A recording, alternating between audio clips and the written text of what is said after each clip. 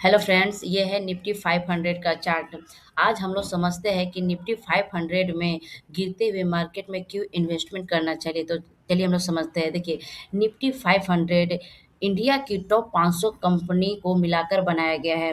Nifty 500 में large cap, mid cap और small cap तीनों कैप मिला मिला हुआ है।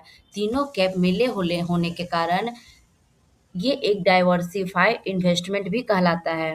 देखिए, जहाँ पर हमारा डाइवर्सिफ़ाई इन्वेस्टमेंट होता है, वहाँ पर रिस्क जो होता है बैलेंस हो जाता है और ग्रोथ का जो पोटेंशियल होता है वो हाई हो जाता है, क्योंकि हमारा पैसा केवल लार्ज कैप में भी नहीं लगा और ना स्मॉल कैप और ना सिर्फ मिड कैप लगा, हमारा पैसा तीनों में लगा हुआ है। तो इसलिए जो यहाँ पर रिस्क कम हो जाता है।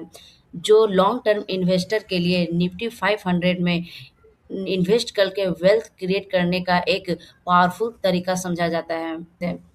निफ्टी 500 20 बाई सेक्टर मिलाकर बना होता है। जैसे देखिए, इसमें financial, oil and gas, automobile, उसके बाद इंफॉर्मेशन मतलब IT, health care, FMCG, metal, telecommunication, consumer, construction, consumer service, capital good, power, construction service, capital reality और भी है। तो ये सब मिलाकर ये एक सेक्टर है।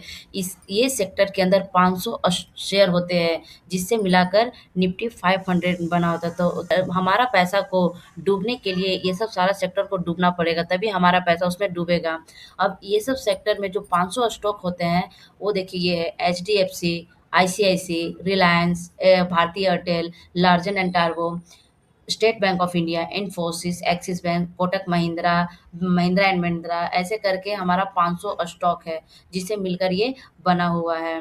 निफ्टी 500 में जो भी कंपनी खराब परफॉर्म करता है, उसको 500 का लिस्ट से हटा दिया जाता है और जो कंपनी अच्छा परफॉर्म करता है, उसको वापस 500 का लिस्ट में ऐड कर लिया जाता है। जैसे मान लेते हैं, किसी स्कूल में तो 500 स्टूडेंट हैं।